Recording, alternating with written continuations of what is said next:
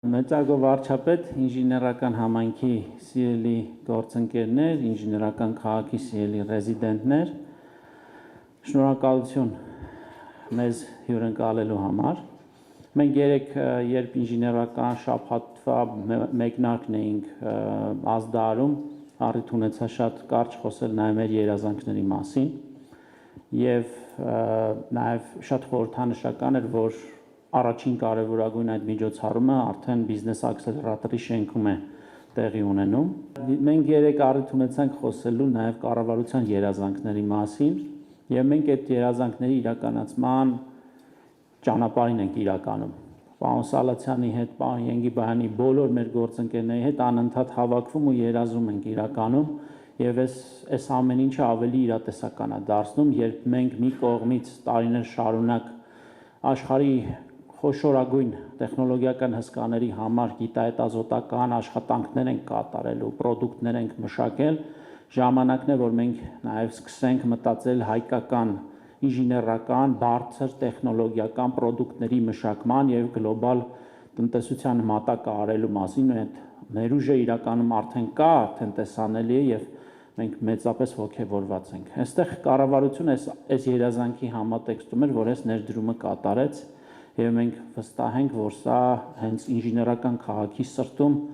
բոլորի համար հասանելի ենթակառուցվածք է լինելու իր կարևորագույն բովանդակությամբ։ Այնպես որ ես իսկապես օգտվելով արդից ուզում եմ բոլորի շնորհավորել, սա մեզ համար իսկապես շրջադարձային օր է։ Եվ միանգամից ուզում եմ խոսքը տրամադրել վարչապետին, դուք երևի նախաբան կասեք, որից հետո արդեն հարց ու պատասխանի ձևաչափով ես փորձեմ մոդերացնել։ Նախ առաջին տպավորությունս ճիշտն ասած լավն է, շատ ավելի լավն է, քան ես սպասում էի, ինչի նախ մանավանդ իմացա, որ շենքը նախագծվել է Հայաստանում, հայաստանցի ճարտարապետների կողմից եւ շինարարության մեջ ընդհանուր աստիճանները, որ մեր ճանաչած աստիճաններից չէին, մի քիչ ուրիշ էին եւ այլն, այդ դետալները, այսինքն ինչ որ նոր շունչ կա, որը կարծում եմ արտահայտում է ինժեներական համայնքի ձգտումները եւ շատ կարեւոր է, երբ որ ես տեսա, որ շինարարություններ կան եւ իմացա, որ 22 հողամասից 20-ը արդեն իրացված է եւ նույնիսկ մտածում կա, որ այդ երկուսը պետք է չի ոչ բան անել, բայց ամեն դեպքում դա նշանակում է, որ նախագիծը նպատակին ծառայում է, այսինքն որովհետեւ այս ամեն ինչը արվել է իրականում, որ այդ 20 տարածքներում մասնավոր ընկերություններ իրենց ավելի լավ զգան եւ իրենց գործունեության ամենահարմարավետ վայրը համարեն սա։ Իհարկե, այստեղ էլ մենք էլի գոհունակությանը զուգահեռ ես էլի մտածում եմ նրա մասին, որ մեր երկրի մեծագույն խնդիրներից մեկը այդ ռազմավարական պլանավորումն է։ Ընդ որում բոլոր ոլորտներում համայնքներ եւ այլն, սկսած գյուղատնտեսությունից, որովհետեւ եթե այս նախագիծը այստեղ պետք է լիներ, գոնե ինչ որ մի կիլոմետրի շառավղով պետքա բոլորովին ուրիշ տեսարան լիներ, ուրիշ պատկեր, բայց այդ չենք կարող, այսինքն այս շեշտադրումներին մենք ավելի շատ պետք է վերաբերվենք որպես իգիտություն սովորելու համար, որովհետև ամեն հաջորդ փուլում միևնույնն է, սենց իրավիճակի առաջ կանգնում էինք։ Ես ինչից ծագեց այդ գրատախտակի գաղափարը։ Ես այս ընթացքում մտածում եմ, որ գալիս եմ, շրջում եմ էկրանին բաներ եմ տեսնում, որոնց բովանդակությունը շատ չեմ հասկանում, եւ դուք այդ պահին խոսեցիք երազանքի մասին եւ ես վերադարձա վերջին շրջանի մտածումներին, որովհետեւ ես վերջերս հասկացա, որ երազանք, իդեալ, ապագա բառերի իմ ընկալումը շատ էականորեն փոխվում է կամ եթե արդեն չի փոխվել, եւ այդ պահին միտք առաջացավ, ասի հետաքրքիր է այդ դիագրամները, որոնք ես չեմ հասկանում, ասի հետաքրքիր է, որ եթե տենց հարցը լինի, ինժեներները օրինակ երազանքը ոնց կմոդելավորեն, ոնց կպատկերեն գրատախտակի վրա կամ իդեալը ոնց կմոդելավորեն, ոնց կպատկերեն գրատախ կամ ապագան ոնց կպատկերեն։ Ես իրականում դրանք այն բառերն են, որ ես երևի իմ քաղաքական գործունեության ընթացքում ամենաշատն եմ օգտագործել, բայց հիմա ես ինքս ինձ համար իմ ճանապարհին գտնվում եմ մի փուլում, որ իդեալ ապագա երազանք հասկացությունները վերագնահատելու եւ վերարժևորելու մի փուլ է, որը ըստ էության ես առաջարկում եմ նաեւ Հայաստանի Հանրապետությանը, առաջարկում եմ նաեւ մեր քաղաքացիներին, մեր ժողովրդին, որովհետեւ այդ բոլոր բառերը մեր ստանդարտ մտածողության հետ այսօրվա հետ կամ կապ չեն ունենում կամ իրանց կապը թույլ է։ Ես կարծում եմ իրանց ամբողջությամբ պետք է բերել այսօր, որովհետև երազանքի մեր ընկալումը որն է, էլի այտենց մի քիչ կներեք մանավանդ sense հեղինակավոր լսարանի առաջ մի քիչ արտոնին բառապաշար եթե օգտագործեմ, մեզ համար միշտ ապագան կամ բանից նոր տարուց զատիկից սփխեցից հետո է, չի անպայման,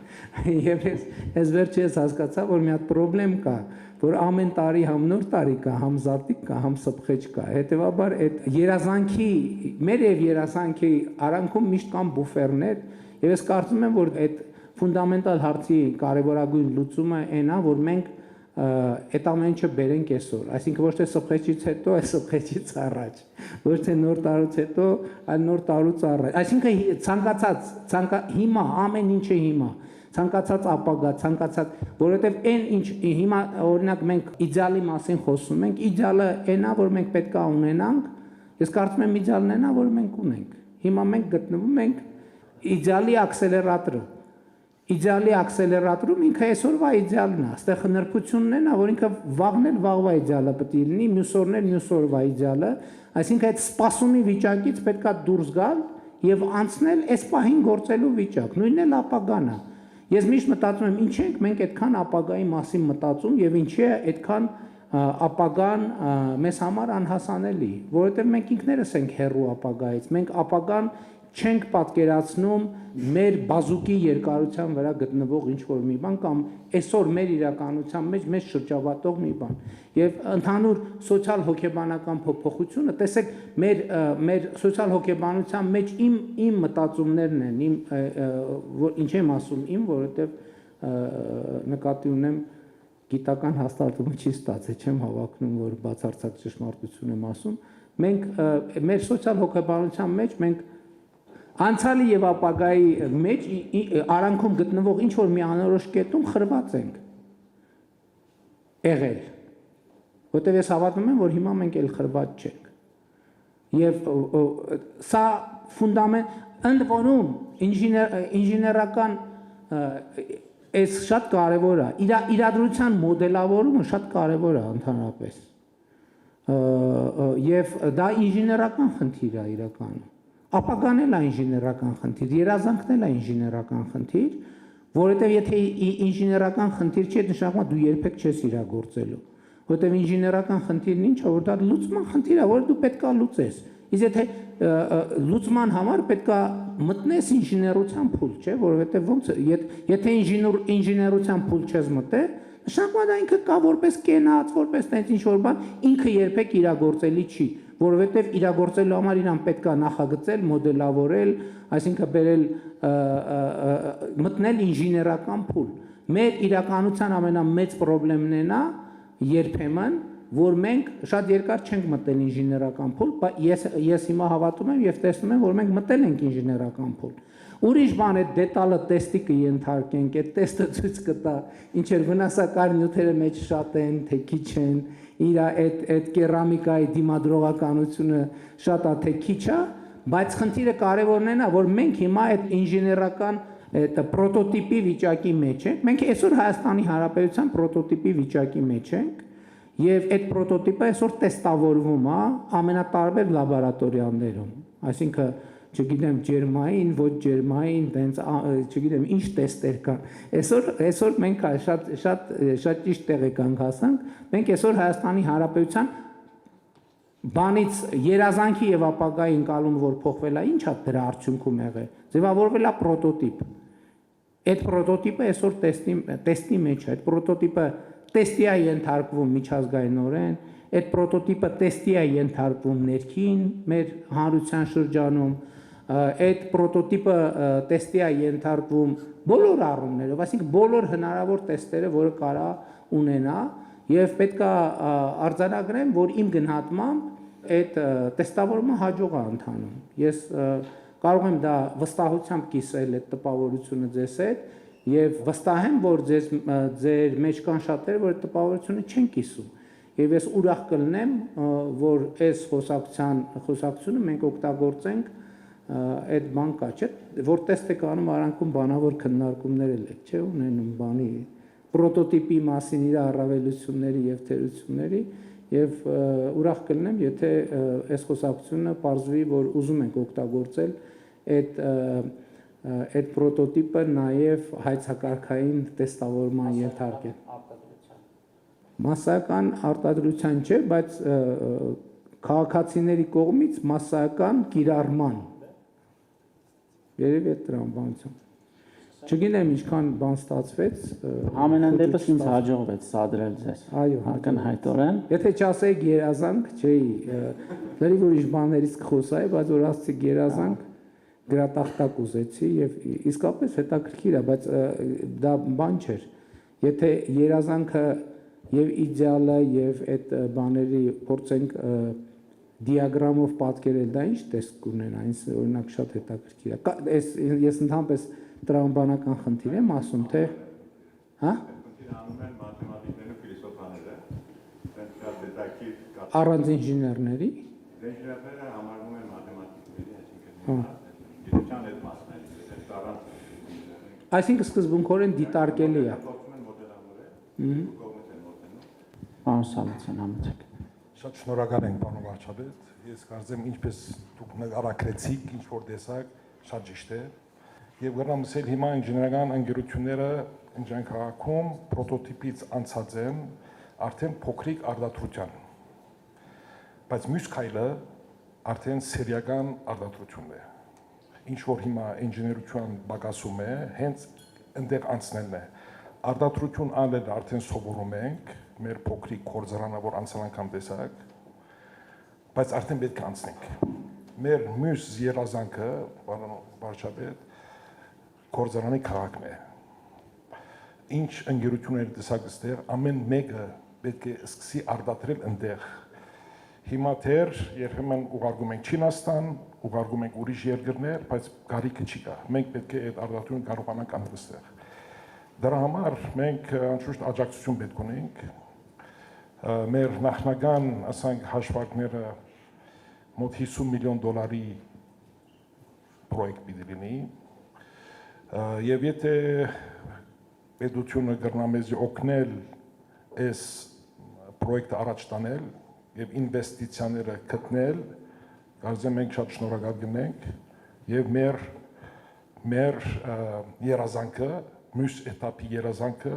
գիրականացնենք։ Ես կարծում եմ, էլի փորձելով շարունակել այն տրամաբանությունը, ինչից ես սկսեցի, ես հնդածս ձեր հարցին զուգահեռ նաև մտածում էի եւ հետաքրքիր էր, որ հետահայաց ձեր հարցին ի պատասխան մտածում էի, որ օրինակ այս մասին տեքստ մենք արդեն ստեղծել ենք, բայց մտքովս չէր անցել այդ դիտանկյունից նայել, որը ձեր հարցին էլ է պատասխանում։ Մենք իրական Հայաստանի գաղափարախոսության մեջ ապագայի մասին խոսելիս մի այսպիսի ձևակերպում ենք անում, ասում ենք կա նախագիծ, կա ապագա, չկա նախագիծ, չկա ապագա։ Հիմա գործանային քաղաքի վերաբերյալ, եթե կա նախագիծ եւ այդ նախագիծը կտեստավորվի եւ ցույց կտա իր մրցունակությունը, ես կարծում եմ մենք բոլորս վաղուց պետք է հասկացած լինենք, որ իրականում փողը ամենահեշտ բանն է, որը հնարավոր է գտնել։ Այստեղ խնդիրը այն է, թե մենք ունենք արժեցող գաղափար, թե չունենք։ Եթե կա արժեցող գաղափար, կառավարությունը կլինի, մեկ ուրիշը կլինի, հաստատ դա տեղի կունենա։ Այսինքն եթե կա նախագիծ, որը տեստավորվում է եւ իր տեստը ցույց է տալիս, որ ինքը ապրող առողջ արդյունավետ նախագիծ է, կառավարությունը այո, բայց կարող է նույնիսկ եթե կառավարությունը այդքան չհասկանա, ասի ոչ, ուրիշ, բայց կառավարությունը ասում է այո։ Պարոն Մուսայելյան, համեցեք։ Էդուարդ Մուսայելյան, ՏՏ գործատուների միություն։ Պարոն վարչապետ, նախ շնորհակալ եմ նման քննարկման համար ու ես երկու հարց ունեմ, իրականում երկուսն էլ վերցրեցի ձեր խոսքից։ Առաջինը դուք սկսեցիք ռազմավարական պլանավորումից, այս տրամաբանության մեջ Միացյալ Նահանգների հետ ունեցանք վերջերս այդ համագործակցության հուշագրի ստորագրումը, ոլորտը շատ սպասում է ճանապարհային քարտեզին, ես կուզեի ձեզնից լսել ինչպես եք դուք այդ պատկերացնում, եւ լինելով երկրորդ հարցս վերաբերում է նրան, թե լինելով այս ինժեներական միջավայրում, այս հետարքիր միջավայրում, առանց թեկուզ գրատախտակի, ինչպիսին է ձեր երազանքը եւ ինչպես եք դուք տեսնում երկրի ապագան։ Երկրի ապագայի մասին ես գործնականում վերջին տարիներին միայն դրա մասին եմ խոսում, այսինքն ինչ էլ ասում եմ դրա մասին է։ Ես Հայաստանի ապագան պատկերացնում եմ իր միջազգային ճանաչված սահմաններով, բաց սահմաններով, խաղաղ, ժողովրդավարական եւ իրավական պետություն, այսինքն 29743 քառակուսի կիլոմետր, բայց այդտեղ մի հատ ֆունդամենտալ խնդիր կա, որովհետեւ իսկ ես ինչ նոր բան եմ ես ասում, թվում է թե տարօրինակ էլ է, որ այս մասին մենք խոսում ենք, բայց այո, մենք մեր տարօրինակությունների հետ պետք է առերեսվենք, իսկ սրա հիմքում ֆունդամենտալ մի արձանագրում է, որ մենք պետք է դադարեցնենք հայրենիքի փնտրտուքը եւ մենք պետք է դադարեցնենք երազանքի հայրենիքի փնտրտուքը, որովհետև Հայաստանի Հանրապետությունը մեր երազանքի հայրենիքն է։ Մենք գտել ենք այն հայրենիքը, որը փնտրում ենք եւ այլ հայրենիք փնտրելու անհրաժեշտություն չունենք, որովհետև այդ երազանքի հետ կապված, տեսեք, այդ շատ ուղիղ թղթակցվում է։ Իսկ ո՞րն է երազանքը, ո՞րն է։ Երբ որ մենք երազում ենք հայրենիքի մասին, մենք կորցնում ենք հայրենիքը։ Իսկ երբ որ մենք առերեսվում ենք, որ մենք մեր երազանքին հասել ենք, մենք էլ ենք հանդարտվում, բոլորն էլ հանդարտվում են եւ մենք կենտրոնանում ենք մեր գործի վրա, սկսում ենք մտածել ավելի շատ մտածել բարեկեցության, երջանկության, հարստանալու եւ հարստացնելու մասին։ Գիտեք ինչ, ես ընդհանրապես այս ճանապարհը շատ կարեւոր է, որովհետեւ ես նախկինում էլ ասել եմ, ես չգիտեմ դուք առիթ ունեցել եք լսել թե չէ, ես ասել եմ, որ այն ինչ որ ես հիմա ասում եմ եւ հիմա խոսում եմ, դա իմ անձնական տրանսֆորմացիան է, բայց վարչապետի պաշտոնում, ես շատ կարևոր է, որովհետև ես չգիտեմ ոչ վարչապետի պաշտոնում ես տրանսֆորմացիան կունենայի, թե չի ունենա, վստահ չեմ, որովհետև ես նախկինում էլ առիթ ունեցել եմ ասելու, որ մենք մեր քաղաքական համակարգի ամենամեծ խնդիրներից մեկն այն է եղել, որ Հայաստանում իրականում քաղաքական կուսակցություններ շատ չեն եղել։ Հայաստանում իմ ընկալմամբ գաղափարաբանորեն եղել է մի կուսակցություն, եւ այդ կուսակցության ոնց ճիշտ ասեմ, որ բանը լինի, նույն տրանսֆորմացված չէ, նույնիսկ դեֆորմացված կամ մուտացված տարբերակներ։ Օրինակ ասում եմ, չի եղել իրականում քաղաքացիական պայմանագիր կուսակցություն։ Եղել է հայ հեղափոխական դաշնակցություն, դրոպ քաղաքացիական պայմանագիր կուսակցություն, հայ հեղափոխական դաշնակցություն, դրոպ հայ ազգային կոնգրես, հայ հեղափոխական դաշնակցություն, դրոպ Բարգավաճ Հայաստան կուսակցություն, հայ հեղափոխական դաշնակցություն, դրոպ հանրապետական կուսակցություն, որովհետև մենք բոլորս ներծծված ենք եղել կորուսյալ հայրենիքի փնտրտուքի գաղափարով։ Երրորդ հանրապետությունը ինքը ստեղծվել է կորսված հայրենիքի փնտրտուքի գաղափարի հիման վրա։ Այսքան որ հիմա քննարկվում է, մենք պետք է վերադառնանք ընդհանրապես տեքստերին չկարևորելը կամ տեքստերի կարևորությունը արձանագրելը շատ կարևոր է հատկապես այստեղ, որովհետև այն տեքստը, որ մենք դրել ենք մեր պետության, դնում ենք մեր պետության հիմքում, դա այն soft-ն է, որը աշխատացնում է մեր hard-ը, չէ՞, կոպիտ ասած։ Մենք մեր ինչ ծրագիր ենք դրել, մենք ասել ենք, որ մենք ստեղծում ենք Հայաստանի Հանրապետությունը պատմական արդարության եւ ազգային իղձերի համար։ Բայց մենք չենք պատասխանել մի հարցի, պատմական արդարությունը ո՞րն է, կա պատմական արդարություն, թե չէ։ Եվ ես հիմա տենց ասոցիատիվ կտորներ եմ պատմում, որից իմ տրանսֆորմացիան սկսվել է եւ տեղի է ունեցել։ Երկու դրվագ, առաջինը մի անգամ երբ որ ես ազգային ժողովում ներկայացնում էի խաղաղության օրակարգը, դա սկզբնական փուլում էր, ընդդիմադիր պատգամավորներից մեկը արձագանքի ժամանակ ասեց, «Ընենց եք խոսում, կողքից լսողը լինի, կթվա թե Եվրոպայի մասին եք խոսում»։ Ես արձագանքեցի, ասի, իսկ դուք համոզված եք, որ գիտենք մենք Եվրոպայի պատմությունը։ Այս մի դրվագը Հաջորդ դրվագը, երբ որ ես ըստ էության, երբ որ շփվում ենք տարբեր երկրներում ժողովուրդների մարդկանց հետ, տեսնում ենք, որ Եվրոպան մի պետություն գոնե չկա, որ իր տարածքով բավարարված է։ Չկա գոնե մի պետություն, որտեղ այդ միտումը չլինի, որ իր տարածքի մի հսկայական մասը մնացել է հարևանի տարածքում։ Չկա, այդպես երկիր չկա։ Բայց ինչի վրա է հիմնված այսօրվա Եվրոպան։ Այսօրվա Եվրոպան հիմնված է արգելակի վրա, որ մի X պահի ասում են լավ,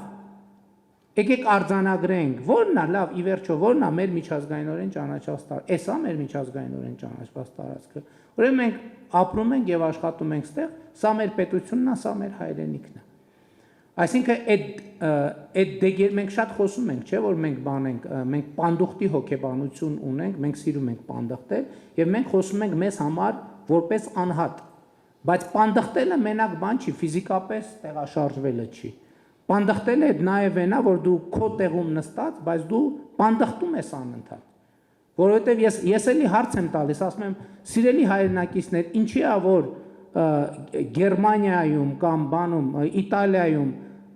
ֆուտբոլի թիմերը կարան լինեն Միլան, Ռոմա, չգիտեմ, ես այդպես մեծ էքսպերտ չեմ ֆուտբոլի, Մարսել Ֆրանսիայում կարան լինի, Փարի Սեն-Ժերմեն կարան լինի եւ այլն։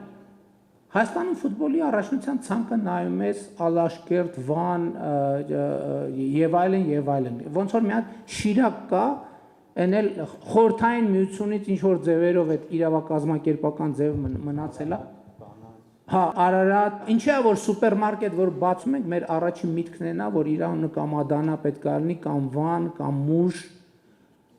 Ինչի՞ց է դա։ Ինչի՞ց է, մենք պետք է առերեսվենք, ինչի՞ չի կարառնի ֆուտբոլի թիմը Հրազդան, ով կարա բացատրի։ Ինչով է Դիլիջան անունը, Արտաշատը մեր պատմական մայրաքաղաքն է։ Մեր ինքնության բանն է, առանցքն է։ Ինչի՞ չկա Հայաստանում Արտաշատ անունով ֆուտբոլի թիմ։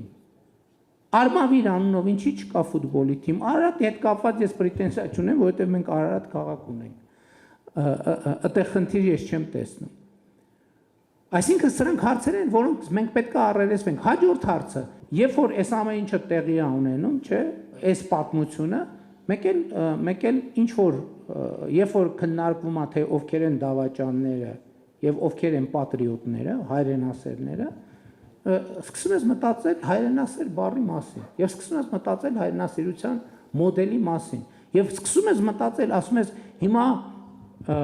ինքդ քեզ հետ խոսում ես, չէ՞, դու քեզ հարց ես տալիս, ասում ես ես հայրենասեր եմ, թե հայրենասեր չեմ։ Հիմա լավ, այսքան մարդ որ ասում է դավաճան եւ այլն, բայց այնուամենայնիվ դու քեզ հետ խոսա, դու հայրենասեր ես, թե հայրենասեր չես։ Ու սկսում ես մտածել, մեկ է գալիս ես, ուզում ես մոդելավորես հայրենասիրությունը։ Ուզում ես գրատախտակի վրա նկարես, մոդելավորես հայրենասիրությունը։ Հետո սարսափով արձանագրում ես, որ քո հայրենասիրության բոլոր սիմվոլները առանց բացառության ստեղծվել են 40-ից 75 թվականների։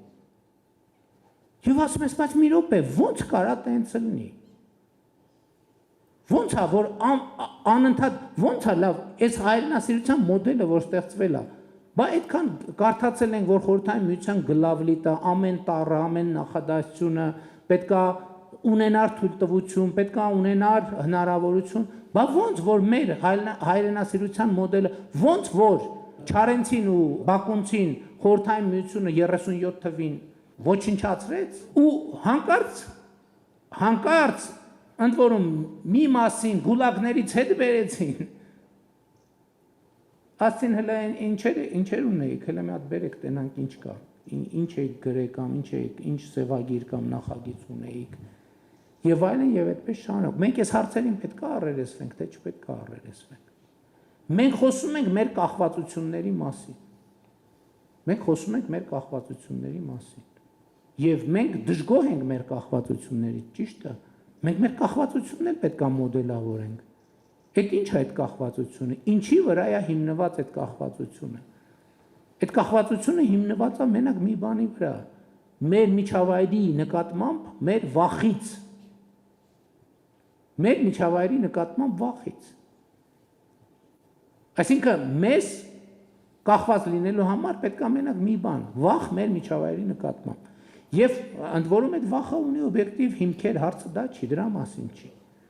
Բայց խնդիրն այն է, մենք այդ վախը ուզում ենք կառավարենք, որի արդյունքում մենք ունենանք անկախություն, թե մենք թողելու ենք, որ մեզ շարունակեն կառավարել մեր վախերով։ Ընդ որում, երբ որ մենք շարունակում ենք կառավարել մեր վախերով, շատ լավ էլի համաձայն ենք, ինչ որ մի մասով մենք գիտակցված կառավարվում ենք այդ վախերով։ Բայց երբ որ եկավ այդ գիտակցության առարկայացման ժամանակը, ես նկատի ունեմ 20-ից 22 թվականներին հավաքական անվտանգության պայմանագրի կազմակերպության մեր նկատմամբ ունեցած պարտավորությունները։ Պարզվեց, որ այդ ոչ մի բան ընդհանրապես զրո, ոչ մի արժեք չունի։ Հետևաբար մենք պետք է այս հարցերին անդրադառնանք, թե չպետք է այս հարցերին անդրադառնանք։ Ես կարծում եմ, որ պետք է այս հարցերին մենք անդրադառնանք։ Եվ իմ կարծիքով մեր մեծագույն խնդիրն է, որ մենք ինքներս մեզ չենք ճանաչում, մենք չգիտենք մեզ։ Մենք չենք ճանաչում բառից բուն եւ փոխաբերական իմաստով։ Բառից բուն իմաստով չենք ճանաչում, որովհետեւ Հայաստանի շատ չնչին տոկոսն է մարդկանց, որ Հայաստանի տեսարժան վայրերում եղել է։ Այն տեսարժան վայրերում, որոնց մասին մենք խոսում ենք, երգում ենք եւ այլն, նկարում ենք, գրում ենք, մենք մեր երկիրը չենք ճանաչում։ Եվ մի ուրիշ դրվագել եմ ուզում, կներեք երկարացնելու համար, ուղղակի ես գնացել եմ Բերդ խոշորացված համայնքի Չորաթան գյուղ։ Եվ չնախատեսված ինձ մոտենում են, ասում են, գիտեք ինչ, այստեղ գեղագիտական կենտրոն կա, երեխեքը նկարում են բան, մտեք մի հատ, խնդրում եմ մտեք նայեք։ Ես ասում եմ շատ լավ, հաճույքով կմտնեմ կնայեմ։ Այդ ընթացքում 15 րոպե երեխեքը պատրաստվում են, բերում են այնտեղ շարում են իրանց նկարած նկարները։ Բերդ Չորաթան գյուղ։ Մտնում եմ նկարածա, ասում եմ, այս ինչ ես նկարել, երեխան կանգնած է, ասում է Մասիս սարն է, ասում եմ շատ լավ։ Հաջորդիվ գնում եմ, ասում եմ ինչ ես նկարել, նկարել է ցեղասպանության հուշահամալիրն է։ Հաջորդը ինչ ես նկարել, էլի ոչ թե անցյալի հետ կապված, ես հետո անցյալի հետ սկզբից շատ սովորական էր, ինձ նորմալ էր, մինչև այդ պահը, որ ես տենց մի հատ պատուհան կար, այդ պատուհանից նայեցի, պատկերացնում եք Բերդում այդ բնաշխարհը, պատուհանից նայում եմ, տեսնում եմ հոյակերտ սարեր են երևում, անտառներ, ու ուզում եմ հարցնեմ այդ պահին, բայց չեմ հարցնում, չեմ ուզում երեխեքի հետ տենց ինչ-որ խոսակցություն լինի, ու վերադառնում եմ, հետո գործընկերներին ասում եմ, այս բոլոր նկարները անպայման ֆոտո արեք, հետո գալիս եմ Երևան, ասում եմ, մեծ տպեք այդ երեխեքի նկարած ֆոտոները, հետո մի խումբ մտավորական գործընկերների, ում հետ որոշակի նաև հարաբերություն կա, հրավիրում եմ ու իրանց հետ սկսում եմ քննարկեմ, ասում եմ, կարաք ինձ բացատրեք, ինչի էս երեխեքը իրանց պատուհանից երևով, իրանց միջավայրում երևացող այդ հոյակապ սարերը, այդ լեռնաշխարհը, այդ բնությունը չեն նկարում։ Այս նկարների մեջ չկա ոչ մի առանձնահատկություններ էր, որ չկար ոչ մի բան, որ երեխեք չհարցրել, գուցե իրանք ոչ մի անգամ չեն տեսել։ Չկար ինչ-որ բան, որ իրանց ամենօրյա կյանքի հետ առնչվում է։ Ամենօրյա կյանքի հետ, կարան իրանց շանը նկարեին, կարան սարը նկարեին, կարան իրանց գյուղը նկարեին, կարան իրանց փողոցը, իրանց դպրոցը, իրանց ընկերուհուն, իրանց ծնողին, իր տատիկին, իր ուսուցչուհուն, ուսուցչին, բայց ոչ մի բան։ Եվ դա շատ ծանր տպավորություն թողեց իմ վրա, այն առումով, որ ես հասկացա, որ մենք նաև կրթական համակարգով մենք մեր երեխեքի կտրում ենք իրանց իրական միջավայրից եւ դնում ենք մի հատ ուրիշ հարթության վրա, որտեղ է այդ հարթությունը եւ ուրա տանում այդ հարթությունը այդ երեխեքին։ Դնում ենք իդեալի հետևից մրցավազքի մեջ, մինչդեռ իրանց միջավայրը, որտեղ իրանք ապրում են, իդեալը է դա։ Իրանք եթե այսօրը մենք իդեալ չհամարենք, մենք երբեք իդեալ չենք ունենա։ Որտեղ իդեալականը է սա, հիմա այսօր մենք ստեղ իդեալական միջավայրում նստած քննարկում ենք։ Այն տրամաբանությամբ, որ այս միջավայրն իդեալի մեր ընկալումը ավարտունը։ Մինչդեռ չի կարա ավարտունը լինի, ոչ մի բան չի կարա ավարտունը լինի։ Երբ որ մենք սկսում ենք գիտակցել, որ իդեալն էլ ավարտուն չի, Այդ ժամանակ այսօրը իդեալ համարելը դառնում է շատ տրամաբանական, որտեղ եթե հասել ես իդեալին, բա ինչ անես, ավարտվեց ամեն ինչ։ Ավարտվեց ամեն ինչ։ Իսկ երբ որ ամեն ինչ ավարտվեց միսիան, ավարտվեց կյանքը, ավարտվեց բովանդակությունը, ամեն ինչ։ Եվ հետևաբար, որպեսզի մենք մեր բանաձևերը փոխենք մեզ առաջ մղող, մենք այն ինչ որ երազանքը հիմա է, մեր երազանքը իրականացվել է, ամեն օր մեր երազանքները իրականանում են, ամեն օր մեր երազանքներն իրականանում են։ Երբ որ մենք սենց սկսենք մտածել, հա, այսօր դուք ասեցիք ձեր երազանքը այսօր իրականացել է, բայց կներեք ձեր երազանքը երեկ էր իրականանում։ Ձեր երազանքը այս երբ որ սկսվել է նախագծելը, ձեր երազանքը արդեն սկսել է իրականանալ։ Եվ քանի տարի է շինարարությունը գնում է։ 3 տարի ամեն օր ձեր երազանքը իրականանում էր։ Հիմա այս պայծ սկսած ամեն օր ձեր երազանքը իրականանալու է։ Եվ կներեք այս շատ երկար բանի համար, էքսկուրսի համար, բայց այս տրամաբանությունն եմ, էսա Հայաստանի մասին իմ պատկերացումը, որ ապագան այլևս անհասանելի չլինի, որովհետև ապագան այսօր է, ապագան հիմա է, ապագան այս պահն է։ 15 րոպե առաջ հիմա այս ապագա էր։ 3 րոպե առաջ էր ապագա, 20 վայրկյան առաջ էր, մի վայրկյան առաջ էր ապագա էր, հիմա որ ես ձեզ նայում եմ, ինչ որ բառ եմ արտասանում։ Այդ ապագան, այն մյուս ապագայից ես առաջարկում եմ, որ հրաժարվենք, որովհետև այսօրվա ապագան, եթե ամեն վայրկյան մենք այսօրվա ապագային տեր ենք կանգնում, այդ ապագան այսօրը դառնում է հավերժական, այսինքն մենք մեր պատմության մեջ էլ ճեղքեր չենք ունենում։ Չի ընդհատվում մեր պատմությունը։ Երբ որ մենք մեր պատմությունը հետ ու առաջ մեզնից կտրում ենք, այդ խրված վիճակում, ոչ անցյալն ենք կարողանում հասկանալ, ոչ ապագան ենք կարողանում բերել։ Հետևաբար կներեք այս շատ երկար պատասխանի համար, ուղղակի տենց այդ երազանք բառից տենց ինձ մտորումների մեջ գցեցիք։ Երկրորդ հարցը հուշագրերի հետ կապված բանի, բայց հուշագիր տեխնոլոգիական ոլորտի նկատմամբ այդ հարցին թող պարոն Հայրապետյանը պատասխանի։ Օգոստոսի 8-ից հետո երևի հենց հաջորդ օրվանից հետո սկսել ենք աշխատել գործընկերների հետ ոլորտային աշխատանքային խմբեր ենք ձևավորել, մենք իրենց մեր կարիքները կոմունիկացրել ենք, ասել ենք, թե որ ուղղությամբ ենք պատկերացնում այդ ռազմավարական համագործակցություն ասվածը, որ շատ պրակտիկ, շատ կոնկրետ ուղղություններ ենք բանարել, կոմունիկացրել, այսինքն աշխատանքային խմբերը աշխատում են, չեմ ասի, որ շատ արագ արդյունքներ կան, բայց գուցե թե նաև օբյեկտիվորեն, սկսած տեխնոլոգիաների արտահանման լիցենզիաների տրամադրումից ունենք որոշակի, կամ գուցե մեր ակնկալիքներն էին այլ, իրականությունը այլ է, նաև այդ շփումների արդյունքում մենք հասկանում ենք, թե ինչպես է աշխատում նաև Միացյալ Նահանգների պետական համակարգը, բայց ամենօրյա ռեժիմով աշխատում ենք, այսինքն այն ինչ որ դրված է այդ համագործակցության հուշագրի մեջ, նաև դրան ավելացան մի քանի այլ ուղղություններ, կիբերանվտանգություն եւ մի քանի այլ ուղղություններ եւս, այսինքն չենք սահմանափակվել կիսահաղորդչային ինդուստրիայի եւ AI-ի մասով, մի 4-5 ռազմավարական ուղղություններով սկսել ենք աշխատել։ Պարոն վարչապետ,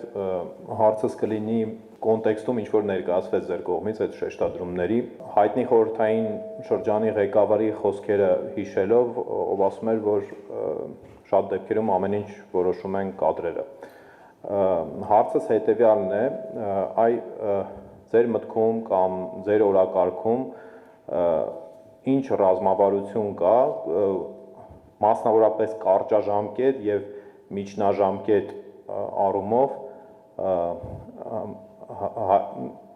կառավարությունում եւ առհասարակ Հայաստանում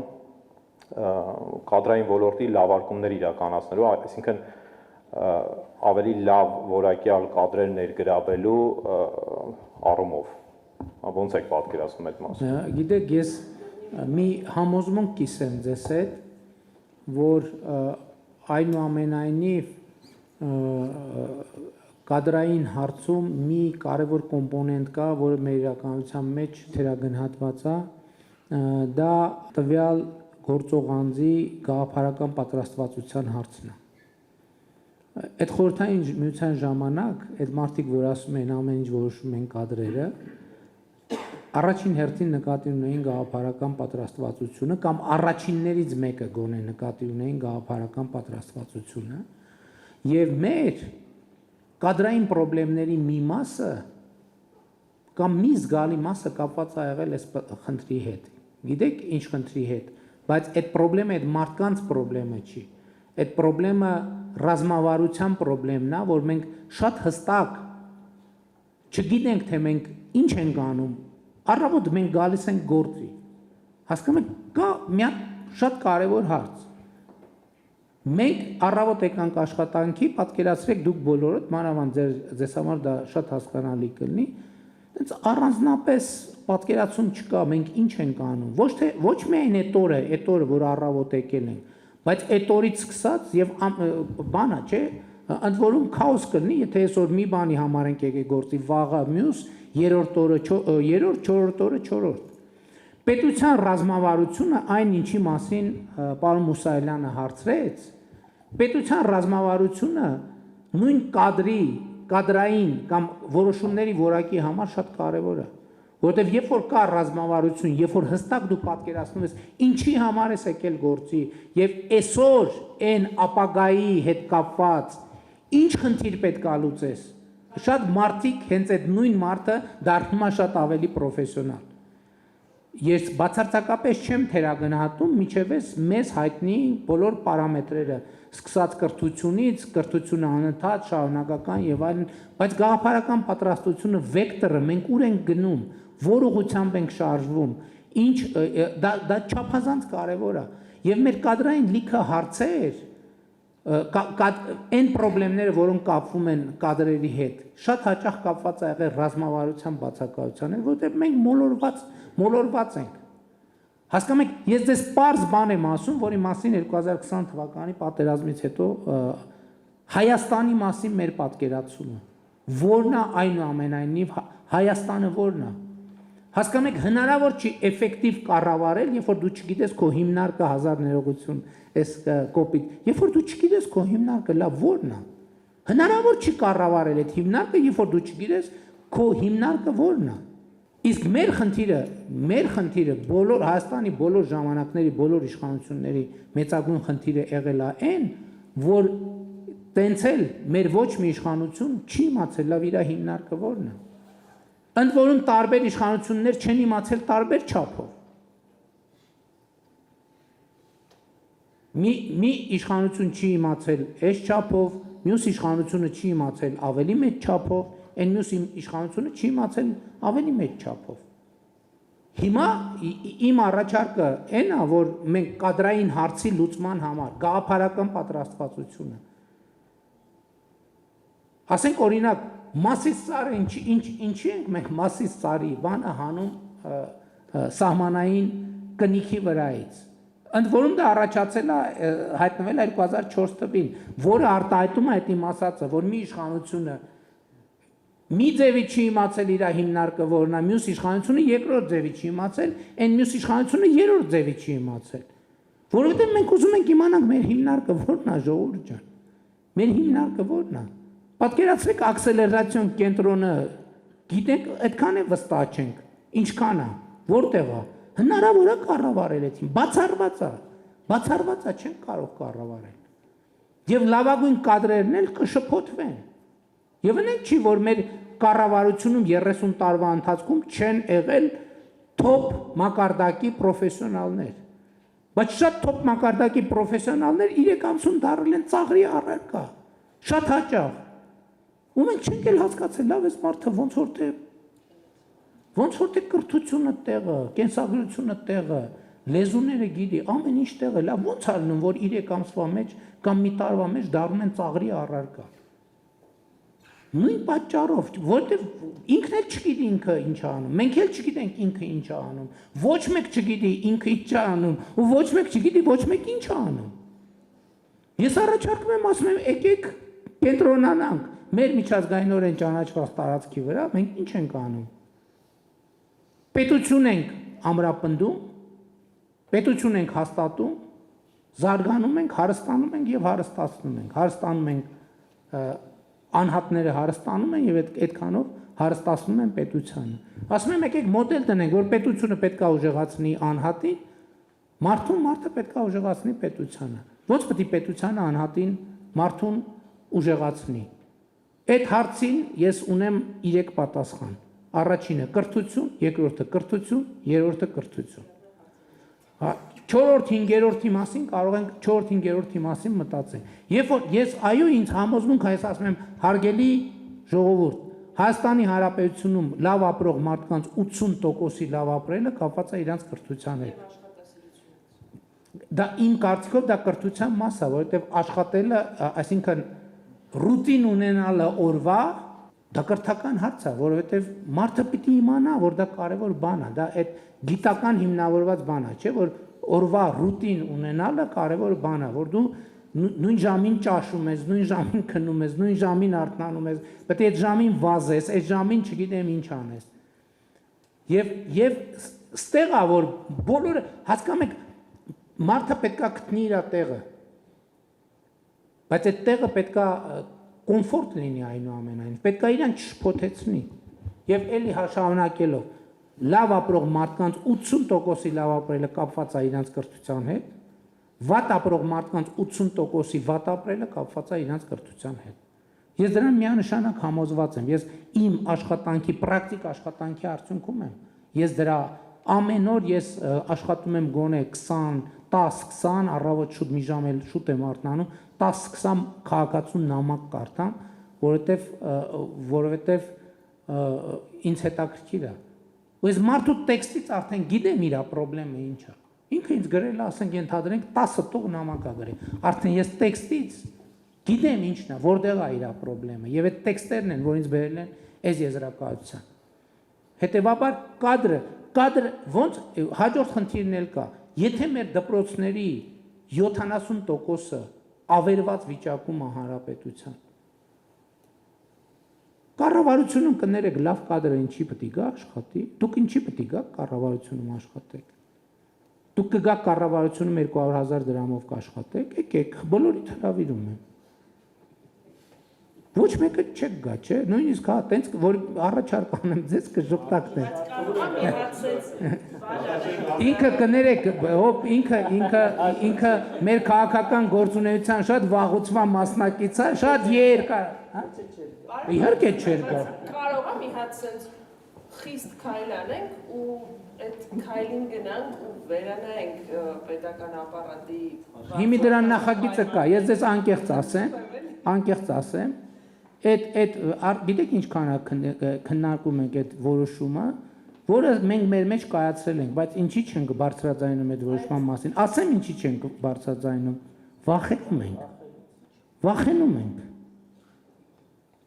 Վախենում ենք, որովհետև նոր առիթ ենք տալու, որ ասենք Հայաստանի ակտիվ հանրության 97%-ը իր իմացած բոլոր հայհոյանքները ուղղի մեր հասցեին։ Վախենում ենք։ Մտածում ենք, հիմա այդ բոլոր սխեմաները կան, պատրաստ են, հիմա որոշումները կայացված են, հիմա ես հանձնարարել եմ, որ մենք հանրային կոմունիկացիա ռազմավարություն մտածենք, թե ոնց անենք, որ հայհոյանքները ճիշտ կառավարենք։ Խնդիրը ինժեներներից դեպի։ Հա? Ինժեներների հետ համատեղ են խնդիրը ձևակերպել։ Այդ էլ հաջորդ բանն է, որ պաշտոնական ձևակերպումը հետևյալն է, որ պետական հատվածում աշխատանքը մրցունակ չի մասնավոր հատվածում աշխատանքի հետ։ Բոլոր լավ մասնագետները դուք գիտեք որտեղ են, ու իրանց մենք խնդրենք աղաչել քչերը, հա, նրանք ովքեր այդ բանը գաղափարական պատրաստվածությունը երբ որ ասում են, դա, հա, գաղափարական պատրաստվածությունն է, ինչ որ մի ժամանակից հետո մարդը կասի լավ, հա, օքեյ, գնամ 2 տարի հլտենամ ինչքան կձգեմ աշխատեմ, կձգեմ թե չէ, մի հատ եւ համեցեք։ Պարոն վարչապետ, Սեդա Սահակյան, Գյումրու տեխնոլոգիական կենտրոն։ Գյումրու տեխնոլոգիական ստեղծումից ի վեր Գյումրին դարձել է ՏՏ ոլորտի ընկերությունների համար ավելի գրավիչ ու ցանկությունը Գյումրիում ունենալ մասնաճյուղեր ավելի մեծացել է։ Ու մեր այս փորձը կիրառելով մենք շատ կցանկանայինք, որ օգտագործելով մեր Մեղրի եւ Սիսիան համայնքների լաբերը, Կապանում, Սյունիքի մարզի կամ այլ համայնքում ունենանք տեխնոլոգիական կենտրոն։ Եվ իմ հարցը հետեւյալն է. ինչպես եք պլանավորում մարզերի զարգացումը IT ոլորտի շրջանակում։ Ես որ դրա մասին մտածել եմ IT ոլորտի շրջանակում, առաջին գործողություն ինձ համար ակնհայտ է եղել, որ մարզերում պետք է լինի նորմալ որակի ինտերնետ, որովհետև առանց նորմալ որակի ինտերնետ տարբերակ չկա։ Հիմա մենք ունենք նորմալ որակի ինտերնետ մարզերում, սարերում, ձորերում, ինչը շատ կարևոր նախադրյալ է, եւ մնացած հատվածներով մենք ինչ ծրագրեր ենք անում, նախարարը ավելի ճիշտ կասի։ Նախատեսում ենք Կապանում առնվազն այդ երկխոսությունը կառավարությունը մեկնարկել է Կապանում տեխնոլոգիական կլաստերի գաղափարն ենք քննարկում, ինչու, որովհետև ունենք եւ ակադեմիական շրջանակ եւ մարդկային կապիտալ, այսինքն այնպիսի մի բարենպաստ միջավայր, որ Կապանում իսկապես մենք տեսնում ենք այդ հնարավորությունը եւ կրթական կոավ Թումո մի խոսքով, այսինքն անհրաժեշտ բոլոր բաղադրիչները առկա են, մենք տեսնում ենք այդ հնարավորությունը, այս մտքին իրականում մենք վերջերս եկանք հատկապես Իջևան մեր այցից հետո, երբ մենք մեզ համար պարզեցինք, որ ունենալով Արմատ, ունենալով Ինո Իջևան, այնտեղ տեղափոխվել է Microchip հանրահայտ ընկերությունը արդեն տեղից կադրեր է ներգրավում, մասնաճյուղեր են բացում, այսինքն այս մոդելը ակնհայտորեն իրեն արդարացնում է, պարզապես պիտի հասկանանք, թե կոնկրետ ինչ տվյալ տարածաշրջանի առանձնահատկությունների հիման վրա պիտի այդ մոդելը ձևավորվի, մեր քաղաքականությունները տանում են դրան, այսինքն մենք մարզերում ակնհայտորեն տեսնում ենք չօգտագործված մարդկային լրջագույն մասնագիտական ներուժ, որի մեջ ներդրում կատարելով մենք վստահաբար մարզերում կկարողանանք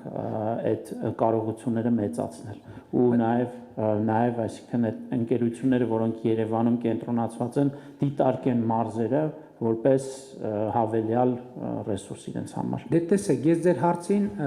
ավելի քաղաքական պատասխան տամ, շարունակելով նրանից ինչից սկսել եմ, որովհետև իրականում ասեմ, դա մեր կարևոր ռազմավարական ծրագրերից մեկն է, որ մարզերում հնարավոր լինի տեխնոլոգիական ոլորտի գործունեությամբ զբաղվել։ Բայց ես էլի ուզում եմ մի միտքը շարունակեմ, նույն Կապանում, չէ՞, ինչա պետք որ տեխնոլոգիական ոլորտը զարգանա։ Պետք է ինտերնետ, պետք է խաղաղություն։ Որ եթե խաղաղություն չլինի, բացառված է, ինչ ուզում ենք անենք։ Միջև այդ շենքը արդեն ես մի քիչ հեռվից եմ։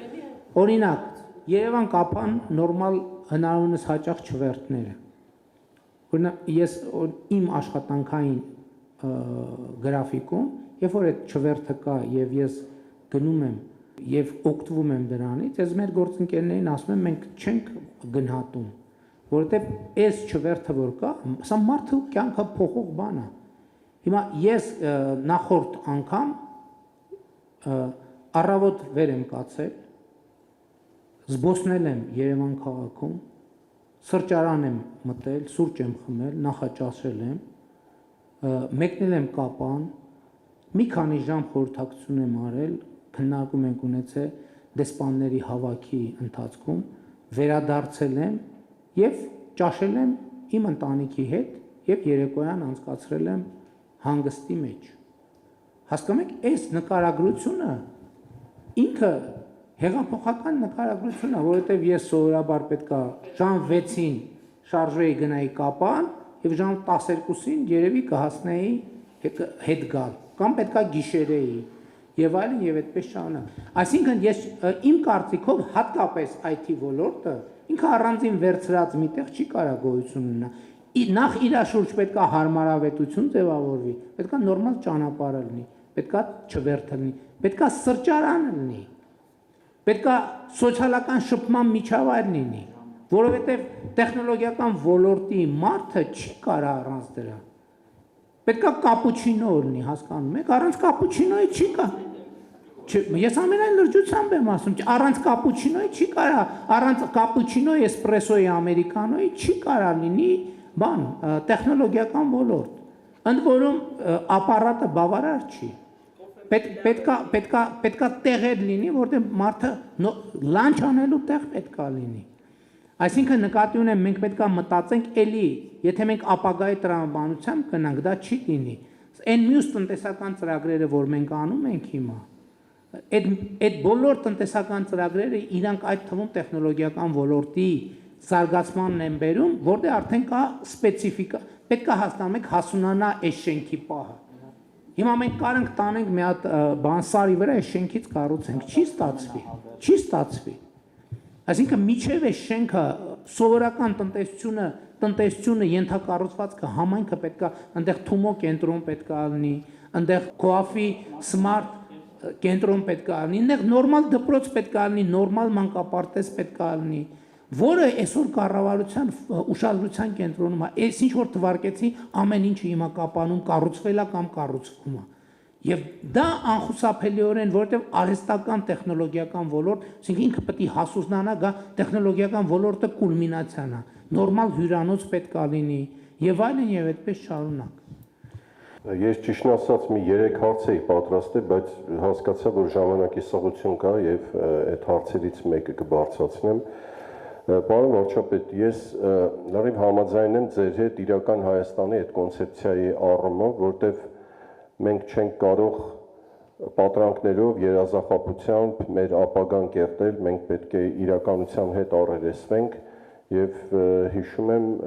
նաեւ մի 2 ամիս առաջ էր Դիլիջանում ձեր հետ հանդիպման ժամանակ մի հատ օրինակ բերեցիք, ասիք մեկին հարցնում եմ որտեղացի ես, ասում է Վանեցի, որտեղ ես ծնվել Երևանում, մայրդ որտեղ Երևանում, հայրդ Երևանում, բայց դու ինչ Վանեցի ես, ինչ կապ ունես Վանի հետ։ Պարզվում է նախնիները Վանից են եւ այս բուտմատիտի նման շատերի մոտ դա սենց ամրացված է եւ իրականում դա խանգարում է,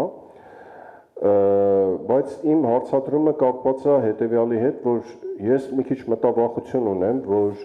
ինչ որ ժամանակ հետո իրական Հայաստանի կոնցեպցիայի օրակարգում կարող է հայտնվեն այլ դրույթներ, այս ապագայի մասին եմ խոսում, որը կբացառի նաեւ մեր լեգենդներին, մեր իրական հերոսներին։ Ես օրինակ բերեմ, այսինքն այս վերջերս հանրային խորհրդում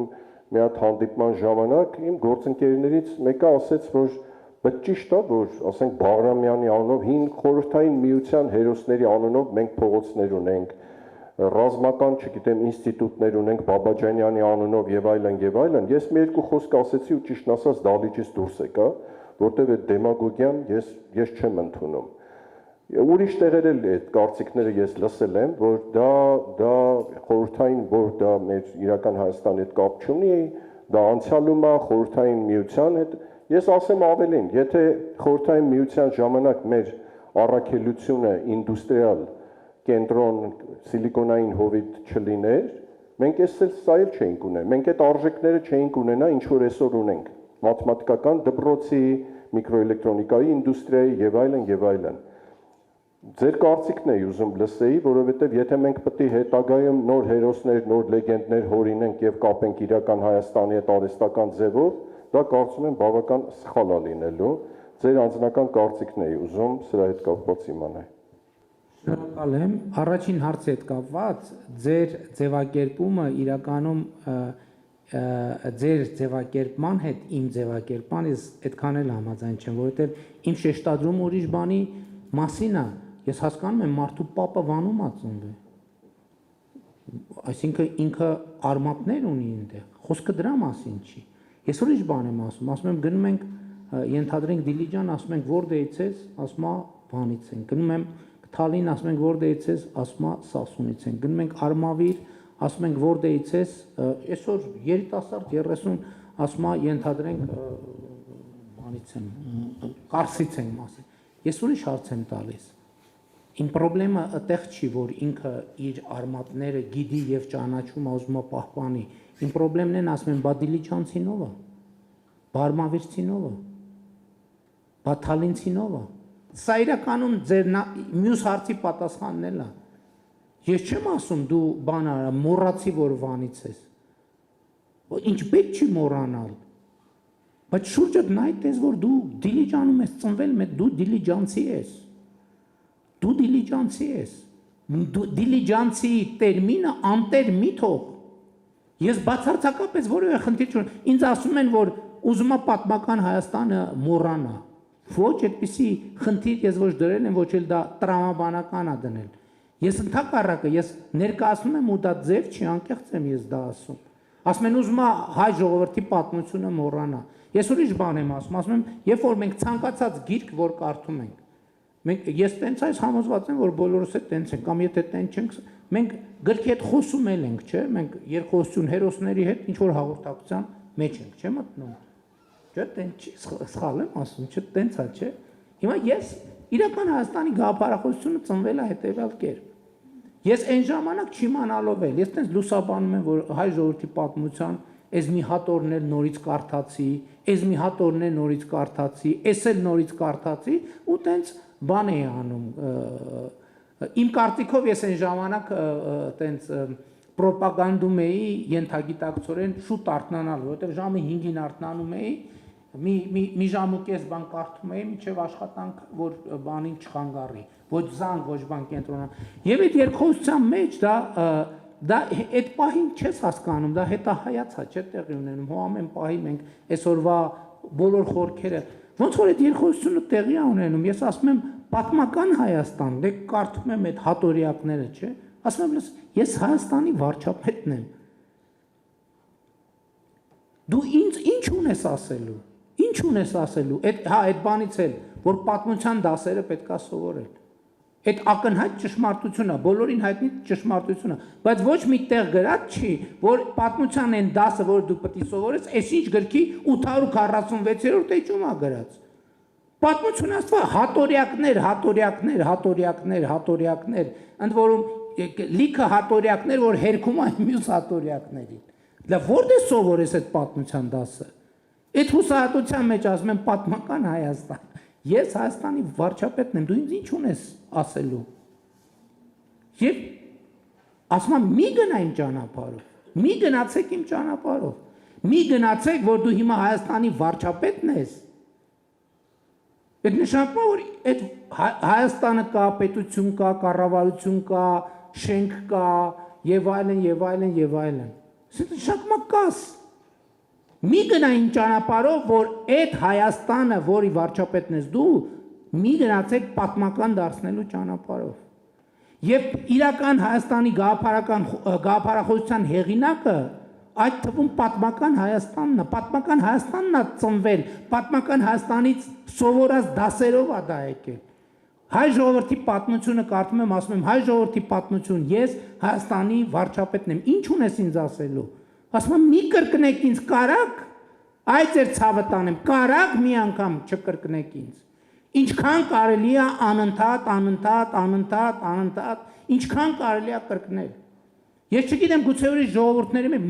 մեր պատմությունը խայտառակ կրկնությունը, անընդհատ, նույն ցիկլը։ Այդտեղ էլի գումարելիները փոխվում են, բայց էությունը չի փոխվում։ Եվ իրականում պատմական Հայաստանի եւ իրական Հայաստանը պատմական Հայաստանի երեխան է։ Ինչ վերաբերվում է Բաղրամյանին, իդեան, ինչ որ դուք ասցիք, ձեր ասացի ամեն ինչի հետ համաձայն եմ, բացի մի բանից, որ ասել եք ու դուս եք եկեք։ Հասկանում եք, մենք պետքա չունենանք փակ թեմաներ։ Եկեք շատ լավ, եկեք քննարկենք, հասկանում եք, մենք չպետք է ստեղծենք միջավայր, որտեղ մարդիկ վախենան հարց տան։ Հանդիպումը վերջանում է։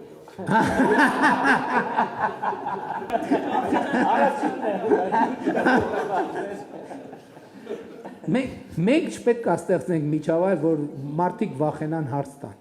Թող հարցնեն, թող մեկ ասի Բաղրամյանը էս, մենք էլ ասենք գիտես ինչ։ Ի վերջո խնդիրը նրա մասին է, որ մենք էլի ամեն օր մենք պետք է մեզ հարցնանք, մենք ճիշտ ենք անում։ Ամեն օր, լավ, գուցե ամեն օր չէ, գուցե երամսյակը մեկ։ Բայց եկեք մենք այդ մտածումի արդյունքում, չէ, Տեսեք, մենք ինչա տեղի ունեցել մեզ հետ։ Մեզ հետ Ամիրյան փողոցը դարձել է Վռամշապուհ արքայի փողոց, Վռամշապուհ արքայի փողոցը դարձել է Ամիրյան փողոց։ Մենք Երևանում,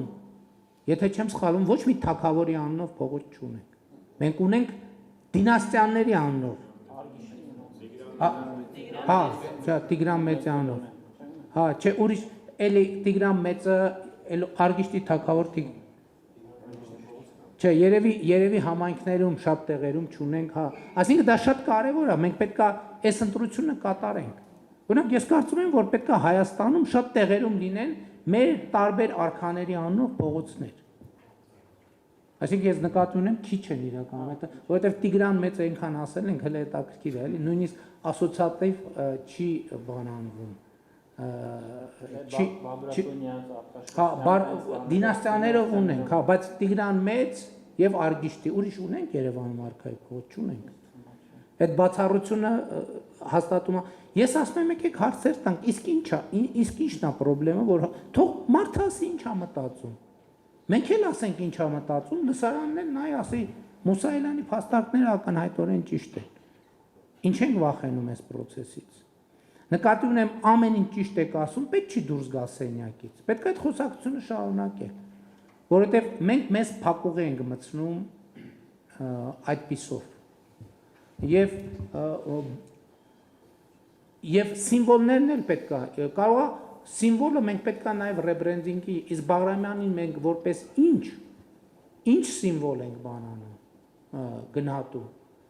Էս էլ է շատ կարևոր, որովհետև մարդը կասի է սովետական Բաբաջանյանն էլ բանում Հունգարիայում, չգիտեմ, ինչի մեջ է ներգրաված եղել։ Մենք պետք է իրան ճիշտ տեղում դնենք, մենք իր ինչն ենք գնահատում։ Մենք այս հարցի պատասխաններ չունենք, իր ինչն ենք գնահատում։ Գնահատում ենք իր անցած ուղին, գնահատում ենք իր տաղանդը, իրեն համարում ենք մեր ժողովրդի, այդ թվում ռազմական տաղանդի դրսևորումը եւ արտահայտիչը։ Որտեւ եթե մեկը ասի, որ իրան գնահատում ենք որպես սովետական միության, չգիտեմ, ինչ որ մի բան եւ կուսակցության անդամ, այդտեղ կարող է կարճ միացումը լինի։ Այսինքն կարևոր է նաեւ հերոսի իմիջի ձևակերպումը։ Մենք Բաղրամյանը մեզ համար ինչի սիմվոլն է։ Էս էլ է շատ կարևոր, որտեղ մենք իրան խորհրդային ժամանակ որդեգրել ենք խորհրդային միության բանաձևով, բայց իրան չենք ադապտացրել կներեք այդ բառի համար անկախ Հայաստանի Հանրապետությանը։ Եվ դրա համար մի մարդիկ կարան ասեն մի րոպե։ Էս ինչ է, էս ինչ սովետական կամ էս ինչ ռուսական կամ էս ինչ մեծ բանի էքսպանսիոնիստական բանը։ Մենք ստեղ շատ կարևոր հարց կա, ոչ թե Բաղրամյանին փոխենք, այլ Բաղրամյանին ձևակերպենք, ինչու է ինքը մեր հերոսը, որովհետև երբ որ ինքը մենք իներցիայով ենք հասկանում եք իրան հերոս համարում այն բանաձևի շրջանակում, որը եղել է խորհրդային միության մեջ, որում կարող է պարզվել, որ ոչ մի բան ընկալումներ փոխելու անհրաժեշտություն չկա, բայց ես ասում եմ ինչն է հարցը, որ մենք քննարկենք։ Հենց առաջընթացը մարդկությունը սկսել է քաղաքակրթությունը ձևավորվել այն պահից, երբ որ մարդը սկսել է հարց տալ։ Երբ որ մարդը հանկարծ հարց չտար, չէր ստացվի ոչ մի բան։ Շնորհակալություն, չէ, ավարտեցինք։